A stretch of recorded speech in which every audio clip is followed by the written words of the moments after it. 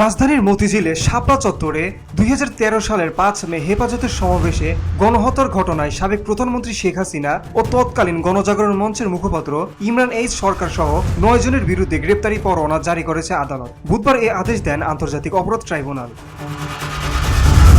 শেখ হাসিনা ও Imran H সরকার ছাড়াও পরোয়ানাভুক্ত আসামিদের মধ্যে রয়েছেন সাবেক স্বরাষ্ট্রমন্ত্রী মহিউদ্দিন খান আলমগীর, সাবেক আইজিপি হাসান মাহমুদ খন্দকার এবং বেনজির আহমেদ।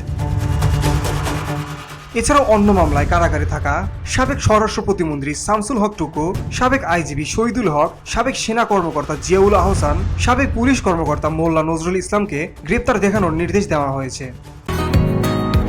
বসুন্ধরা, উত্তরা, বনশ্রী, কুড়িল ও বাড্ডা সহ রাজধানীর বিভিন্ন স্থানে অভিজাত ও অত্যাধুনিক মানের ফ্ল্যাট কেনার এক নির্ভরযোগ্য প্রতিষ্ঠান প্লেজেন্ট প্রপার্টিজ লিমিটেড। তাই আপনার স্বপ্নের আবাসনের জন্য আজই যোগাযোগ করুন। Pleasant properties limited, where destiny matches eventually. এর আগে 27 নভেম্বর শাপলা চত্বরের ঘটনায় শেখ হাসিনা সহ 50 জনকে আসামি করে ট্রাইব্যুনালের প্রসিকিউশনে অভিযোগ দাখিল করে হেফাজতে ইসলাম।